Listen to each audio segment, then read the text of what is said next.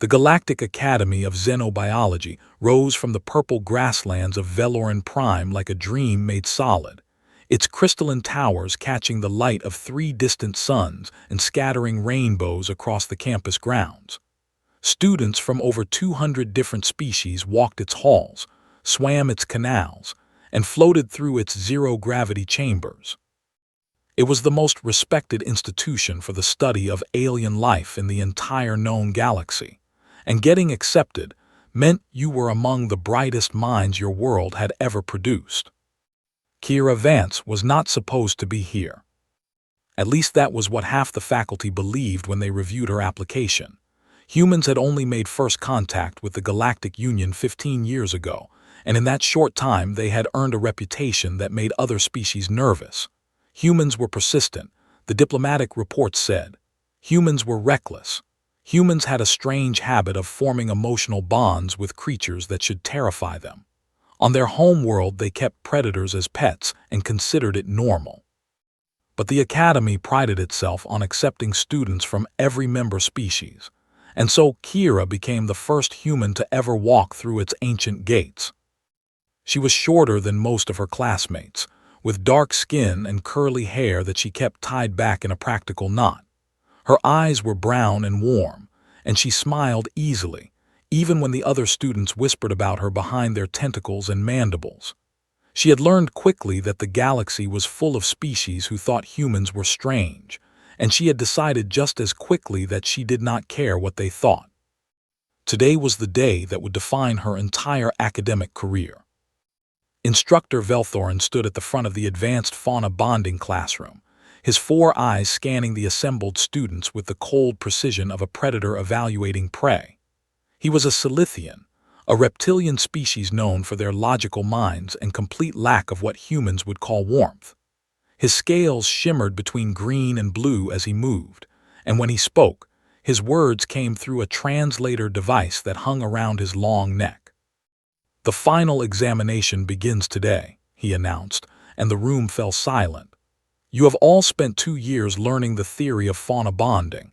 You have studied psionic techniques, behavioral analysis, and interspecies communication.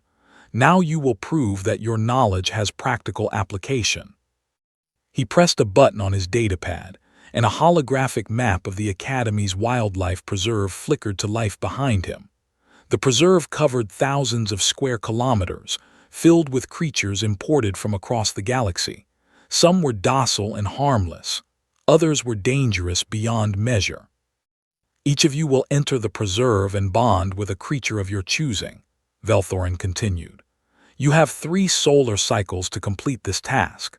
When you return, you must demonstrate a stable bond that allows basic communication and cooperation between yourself and your chosen fauna." A Korvathi student raised one of her 6 arms. "Instructor, are there restrictions on which creatures we may select?" Velthorin's scales shifted to a satisfied yellow.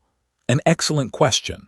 The answer is that you should choose something docile, a grazing herbivore, a passive amphibian, a filter-feeding invertebrate.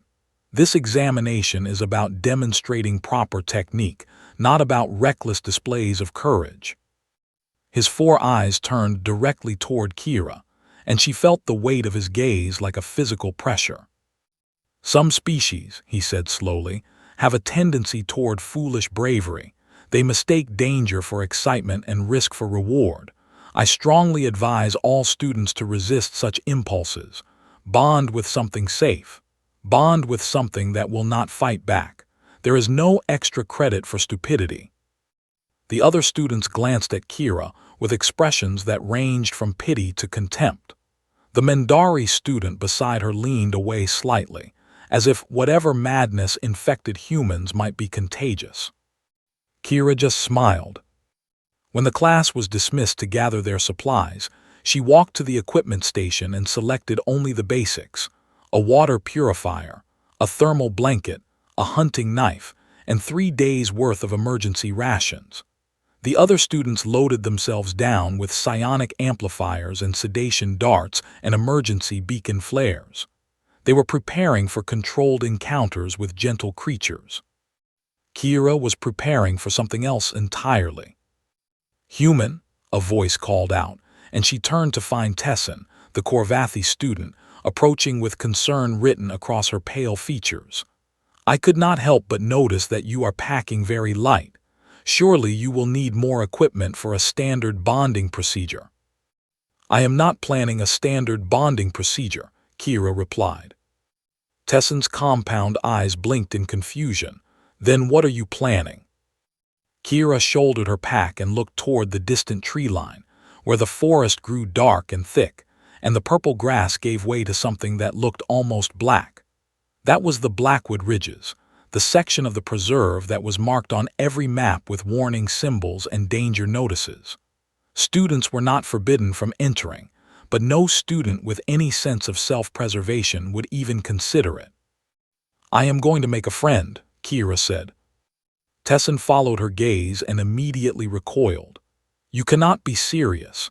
The Blackwood Ridges are home to the Veyrath. 17 students have attempted to bond with one across the entire history of this academy, and every single one of them was recovered with their minds completely shattered. The psionic backlash alone would destroy a human brain in seconds." "Maybe," Kira admitted. "This is suicide." "Maybe," Kira said again, and her smile never wavered. "But I did not travel 40,000 light years just to bond with a space cow. I read about the Veyrath in the Academy archives. 6 legs, scales harder than starship armor, a psychic presence that can break minds. Everyone says they are impossible to tame." "Because they are impossible to tame." Kira shook her head. "Nothing is impossible to tame. That is something humans learned a long time ago, back when we were still living in caves and hunting with wooden spears. We looked at wolves, creatures with fangs that could tear out our throats, and we decided to make them our friends. Now we call them dogs, and they sleep in our beds and eat from our hands." Tessin stared at her in bewildered silence. "Wish me luck," Kira said, and she walked toward the Blackwood Ridges without looking back. Behind her, Tessin stood frozen for a long moment before rushing to find Instructor Velthorin. The human had lost her mind. Someone needed to stop her before she got herself killed. But by the time the alarm was raised, Kira Vance had already vanished into the darkness between the trees, and the forest had swallowed her whole. The first day in the Blackwood Ridges taught Kira that the Academy archives had not exaggerated anything about this place. The trees here grew so tall and so thick that almost no light reached the forest floor. Strange fungi glowed with soft blue and green light, providing just enough illumination to see where she was stepping. The air smelled of decay and something else, something sharp and metallic that made her nose twitch. Every few minutes she heard movement in the shadows, creatures watching her pass through their territory with hungry curiosity. But Kira was not here for the small predators that lurked in the undergrowth. She was here for something much larger. She found the first sign of the Veyrath by midday, a tree trunk nearly 2 meters wide, scarred with deep gouges that could only have been made by claws the size of her forearm. The marks were fresh, the exposed wood still oozing sap.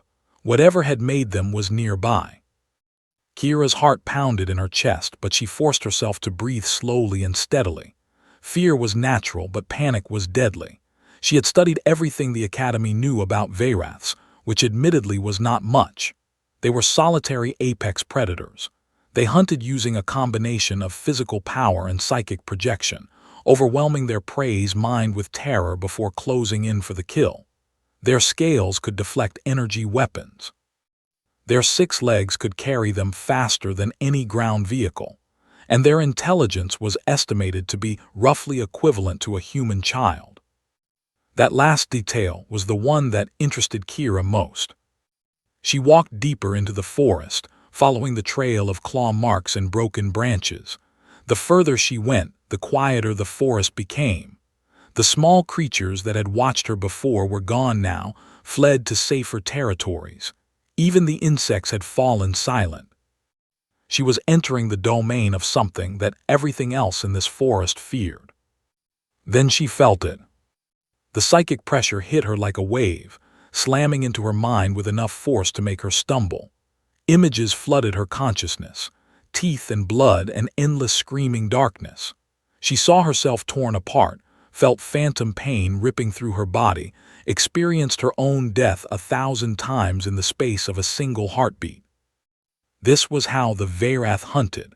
This was what had broken the minds of 17 students before her. Kira dropped to her knees, gasping for air, tears streaming down her face. Every instinct in her body screamed at her to run, to flee, to escape this nightmare before it consumed her entirely. But she did not run. Instead, she closed her eyes and thought about her grandmother. Her grandmother had grown up in a small village in Nigeria, where lions still roamed the surrounding grasslands.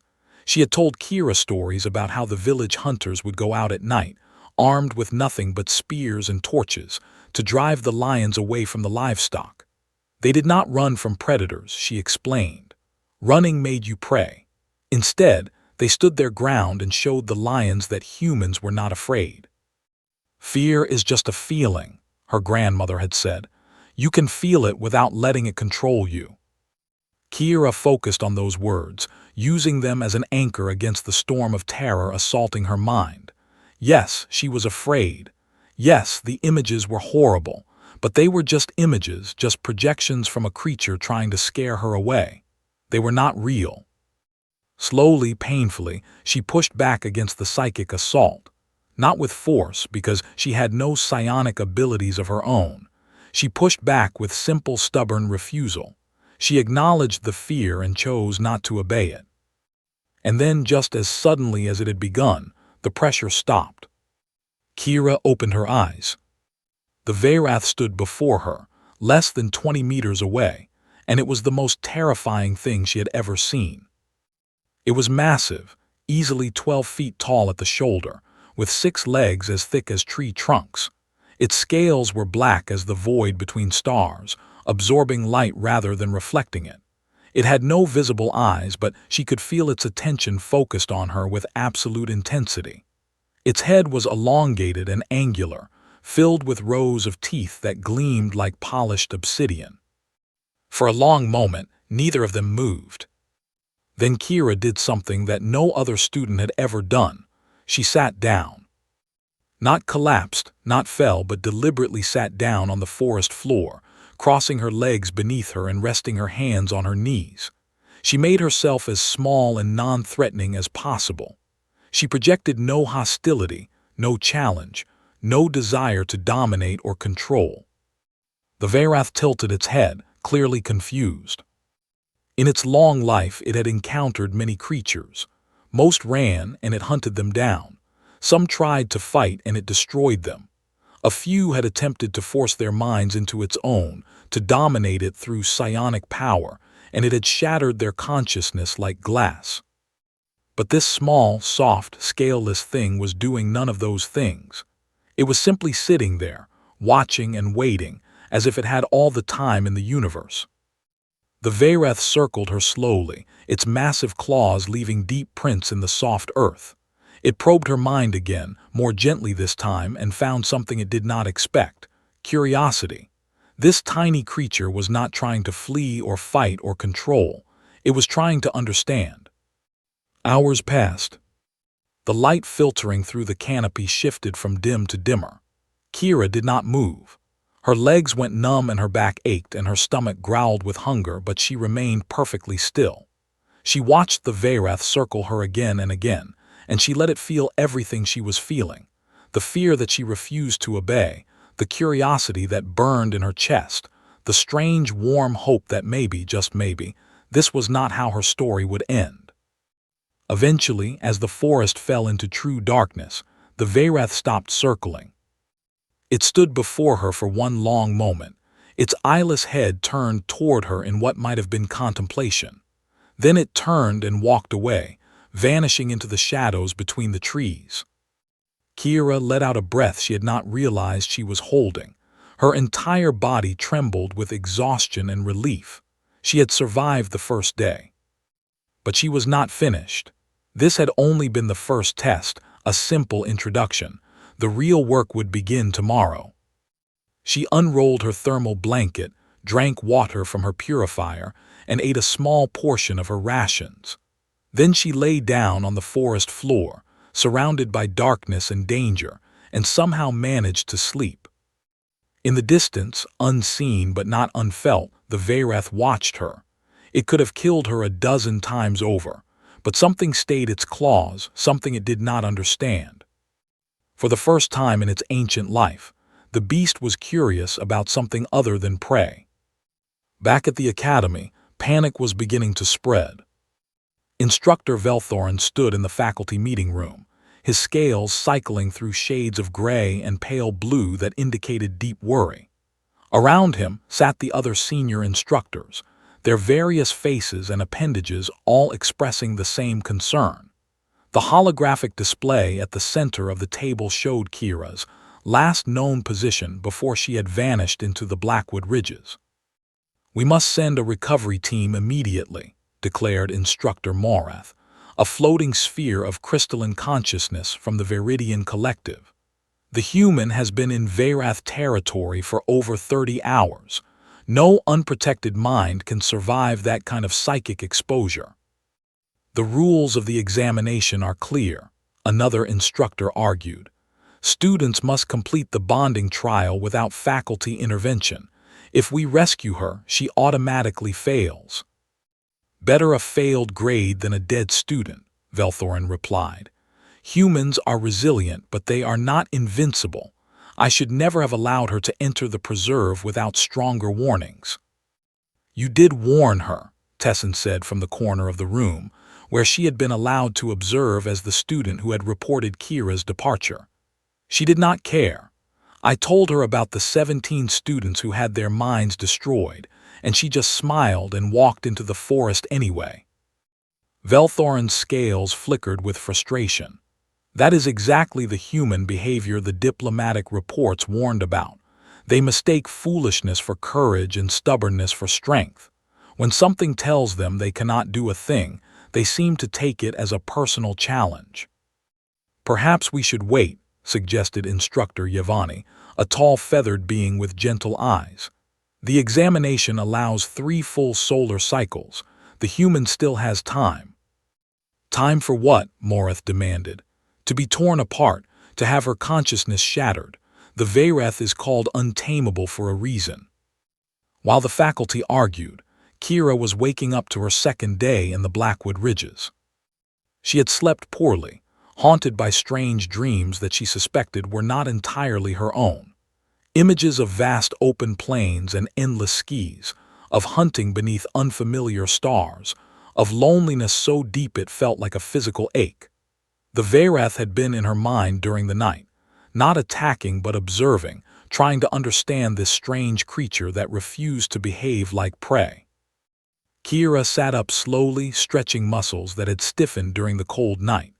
She ate a small breakfast and drank more water, rationing her supplies carefully. Then she stood and began walking deeper into the forest, following the path of broken branches and claw marks. She found the Vareth within an hour, resting in a clearing where a fallen tree had created a gap in the canopy. Sunlight streamed down in golden shafts, illuminating the creature's dark scales. It looked almost peaceful, like a massive cat sleeping in a warm spot.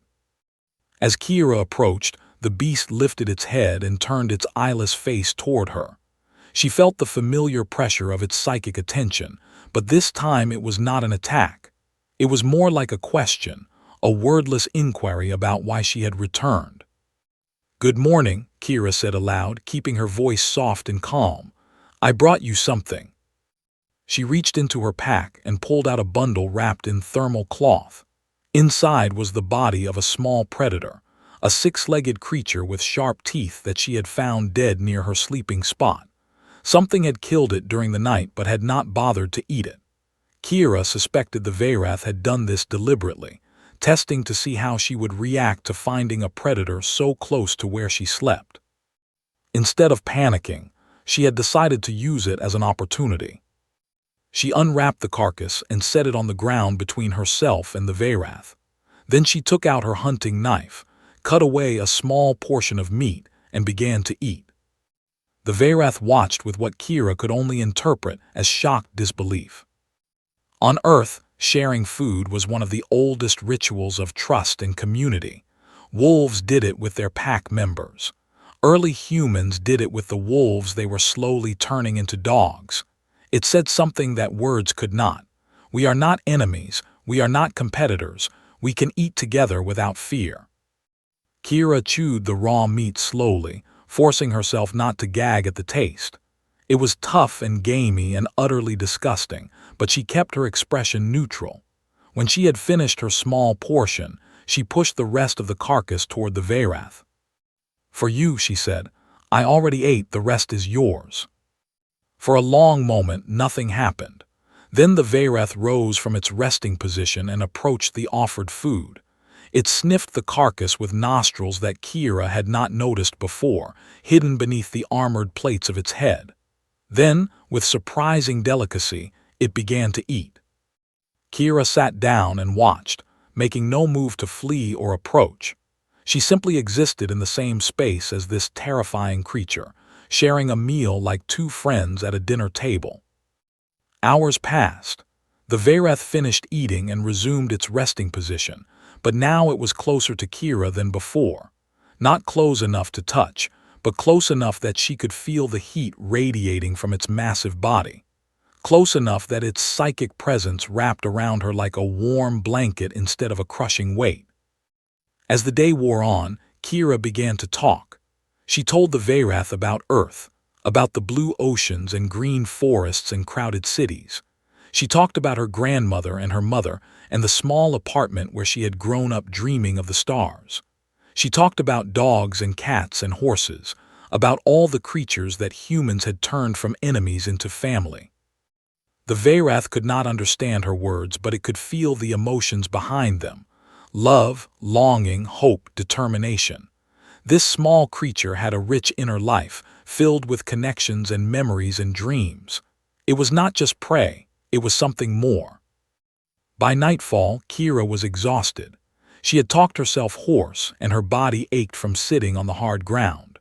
But when she lay down to sleep, the Veyrath moved closer still, positioning its massive body between her and the rest of the forest. It was protecting her. Kira smiled in the darkness, feeling the creature's psychic warmth surrounding her like a shield. Tomorrow would be the final day. Tomorrow she would find out if all of this had been worth it. But for now, she slept, and her dreams were filled with the Veyrath's memories, ancient forests and endless hunts and a loneliness that was slowly beginning to fade. The third day began with violence. Kira woke to the sound of snarling and the crash of something heavy moving through the underbrush. She scrambled to her feet, grabbing her knife, and found the Veyrath already on its 6 legs, its eyeless head turned toward the edge of the clearing. Its psychic presence had shifted from warm protection to cold fury, and the air itself seemed to vibrate with barely contained rage. Then she saw what had invaded their space. They were called Skithrak in the Academy databases, pack hunters about the size of earth wolves, with lean bodies covered in mottled gray scales and mouths full of serrated teeth. They hunted in groups of 10 to 20, using coordinated tactics to bring down prey much larger than themselves. Normally they avoided Veyrath territory, but this pack must have been desperate or foolish or both. There were at least 15 of them fanning out through the trees, their yellow eyes fixed on Kira with hungry intensity. To them, she was an easy meal, small, slow, and completely defenseless. They had not counted on her guardian. The Veyrath let out a sound that was less a roar and more a psychic explosion, a wave of pure predatory menace that hit the Skithrak pack like a physical blow. 3 of them stumbled and fell, whimpering as their simple minds struggled against the onslaught. But the others held their ground, driven by starvation or pack loyalty or simple animal stubbornness. The first Skithrak lunged, and the Veyrath met it with devastating force. One massive claw swept through the air, catching the attacker mid-leap and sending it crashing into a tree with a sickening crunch. 2 more rushed in from the sides, and the Veyrath spun with impossible speed for something so large. its tail sweeping one off its feet while its jaws closed around the other. Kira pressed her back against a tree, knife raised, watching the battle unfold with wide eyes.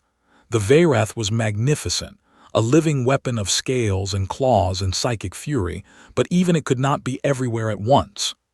Two Skithrak slipped past its guard, racing toward Kira with killing intent. She did not freeze. She did not scream.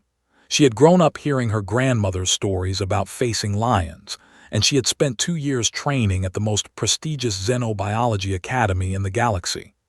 When the first Skithrak leaped at her, she dropped to one knee and drove her knife upward, letting the creature's own momentum impale it on the blade. Hot blood sprayed across her face as the beast collapsed, but she was already moving, ripping the knife free and spinning to face the second attacker. This one was more cautious, circling her with those hungry yellow eyes looking for an opening. It never got the chance. The Veyrath appeared behind it like a shadow made solid, and one crushing bite ended the threat forever. Then the great beast turned its head toward Kira, and she felt something new flowing through their psychic connection, surprise and something that might have been respect.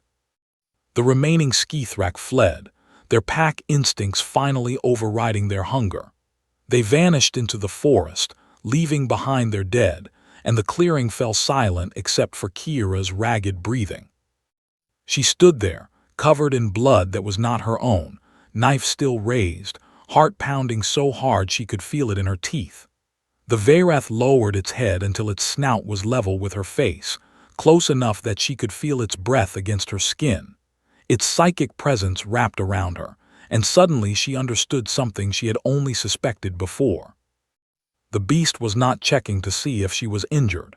It was asking if she was all right. Kira laughed, a sound caught somewhere between relief and disbelief, and reached out to press her hand against the Veyrath's armored snout. The scales were warm beneath her palm, smoother than they looked, and she felt the creature lean into her touch. "I am okay," she said. "Thank you for protecting me." The Veyrath made a sound deep in its chest, a rumbling vibration that she felt through her entire body. It was not a purr exactly, but it was close. And through their connection she felt something that made tears spring to her eyes. Gratitude. The beast was grateful that she had stayed, that she had shared food with it, that she had talked to it through the long hours of the day. It had been alone for so very long. "Come with me," Kira said, and she was surprised to find that she meant it. "Come back to the academy, show them what we have done together." She felt the Veyrath's hesitation, its ancient distrust of the structures and machines and crowds that represented civilization. But she also felt its curiosity, its desire to see more of this strange, small creature's world. And underneath it all, she felt something that made her heart swell with joy. Trust. The beast trusted her.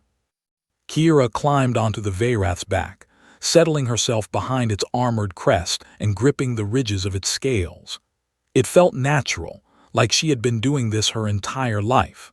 The beast rose to its full height, and suddenly she was looking down at the forest from a perspective she had never imagined.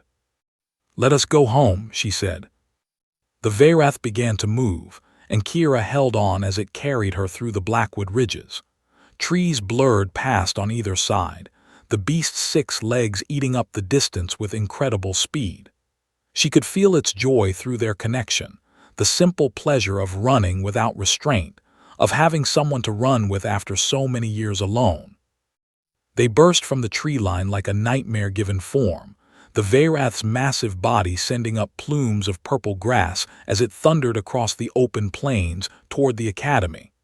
Kira saw the crystalline towers in the distance, saw security drones rising to intercept them, saw students fleeing for cover. But she was not worried.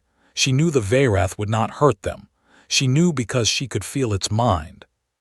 And its mind was full of only one thing: the desire to stay with its new packmate, its new friend, its first true companion in centuries of solitary existence. The Academy's warning sirens began to wail, but Kira Vance just threw back her head and laughed.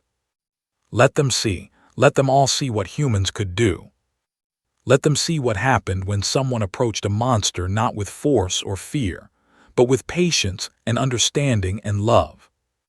The Academy had never seen anything like this. Students crowded the windows of every tower, their various eyes and sensors fixed on the impossible sight below. Security drones hovered in formation, weapons powered but not firing, their automated systems unsure how to respond to a threat that was not attacking. Faculty members rushed to the observation platforms, their translators struggling to keep up with the flood of panicked questions.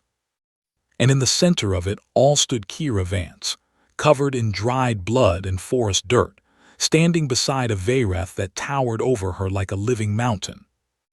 Instructor Velthorin pushed through the crowd, his scales cycling through colors so quickly they seemed to blur.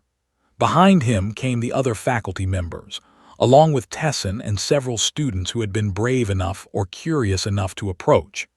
They stopped at what they considered a safe distance, which was still close enough for the Veyrath's psychic presence to press against their minds. "This is impossible," Velthorin said, his translator crackling with static. "This cannot be real. The Veyrath is untamable. Every study, every experiment, every historical record confirms this." Kira reached up and scratched beneath the beast's jaw, and the creature made that rumbling almost purr sound again.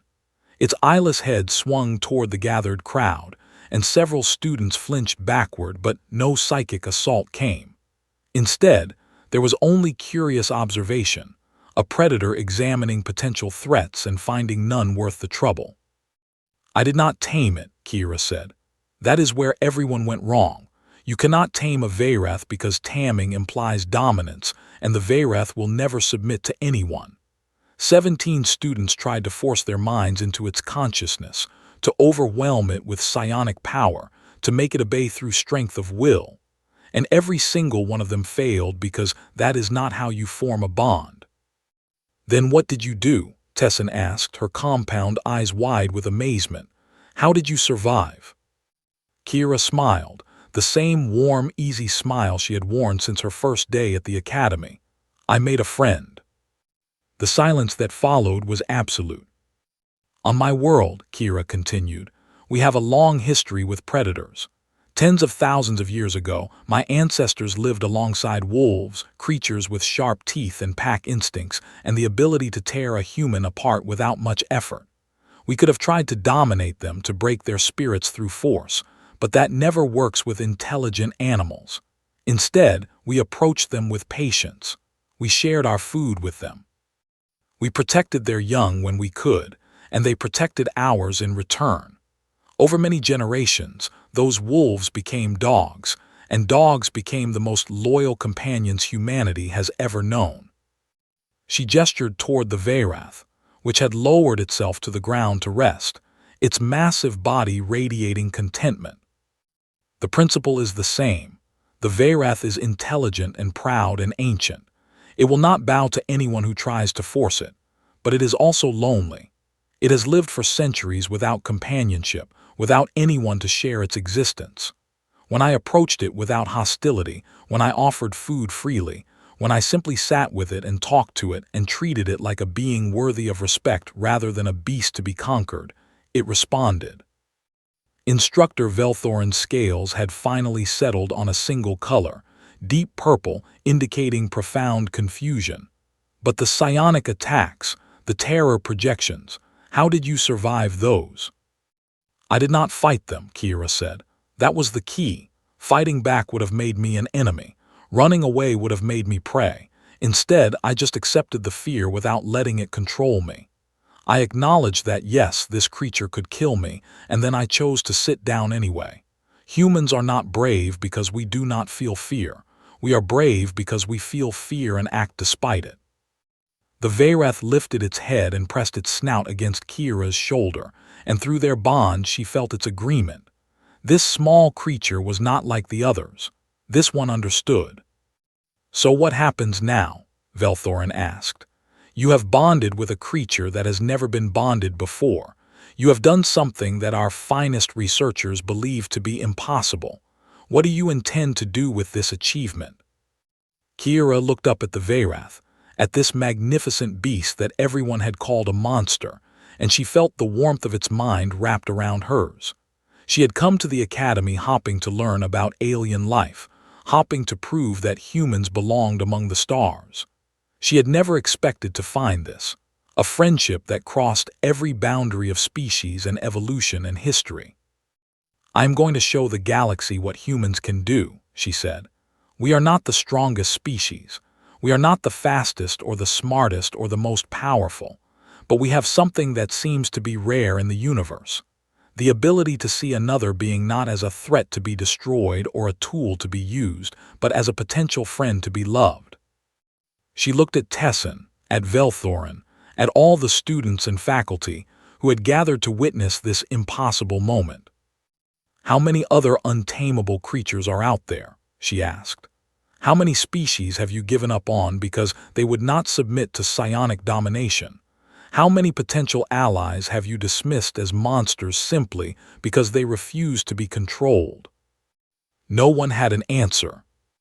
The Veyrath rose to its full height, and Kira climbed onto its back once more.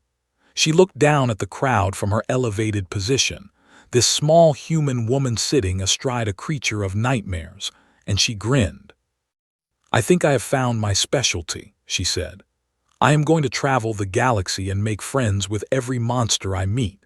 And anyone who wants to learn how, anyone who wants to understand what humans understand about patience and trust and love, they are welcome to come along." She gave the Veyrath a gentle pat, and it began to walk forward, the crowd parting before it like water around a stone. Kira Vance rode through the academy grounds on the back of the untamable beast, and everywhere she went, students and faculty watched with expressions that ranged from terror to awe to something that might have been hope. Maybe the humans were not so strange after all. Maybe they were exactly what the galaxy needed. And somewhere back on Earth, in a small apartment where an old woman sat watching the news feeds from across the stars, Kira's grandmother smiled and whispered a single word that would have made her granddaughter proud: family. Because that was what humans did. They did not conquer monsters. They adopted them.